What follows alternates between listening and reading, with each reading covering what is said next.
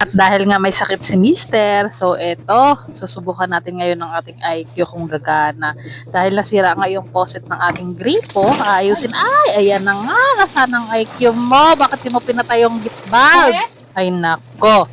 Ibalik muna natin yung lumang faucet, kinarong send man. Tapos, i-prepare po natin itong bagong faucet. Lagyan natin siya ng tiplon kasi yun yung nakikita ko sa mga ginagawa nila. So, isip-isip na lang ba? Kailangan paganahin ba yung IQ ba? May hirap na ba? So, kailangan marunong tayo niyan kaya hindi naman sa lahat ng panahon ay okay ang pakiramdam ng ating mister. So, kung may mali man sa ginagawa ko, pa-comment po para sa susunod ay marunong na talaga tayo.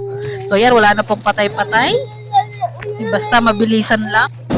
At dahil hindi nga natin pinatay, inurong natin ng konti ang cellphone para hindi maabot ng tubig. Pero inabot pa rin talaga at kusa siyang namatay. Kaya dito na sa parting ito ang next na video natin. Hindi nyo na nakita yung aking kamajikan dyan kung anong ginawa ko.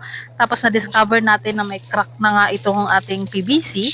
Kaya dahil wala nga tayong nabiling ganyan, faucet lang yung nabili natin at saka tiplon, so binalot na lang po muna natin siya ng plastic at saka goma. So mamaya makikisuyo na lang ako sa aking pamangkin na ng gulong ba, ano ba tawag din, interior, yan, bahala kayo kung anong isipin niyo, basta yun. Tapos mahalaga tapos na siya.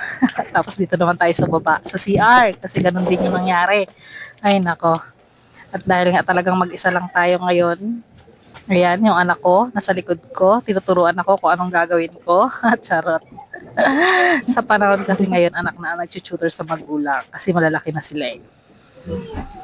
Ikot-ikot muna ng tiplon sa faucet bago natin ulit ikabit. Ayan. Ekot, ekot, ekot, ekot. Ang tagal naman yan. Ano ba yan? Ang bagal eh. Tapos, ikakabit na natin siya dito. Ganyan. Ganyan lang kadali, ikot-ikot lang din ulit. Hanggang sa matapos siya. Tapos sa dulo, na-discover ko ulit na crack na naman siya. So, nagpiswit-piswit siya ulit.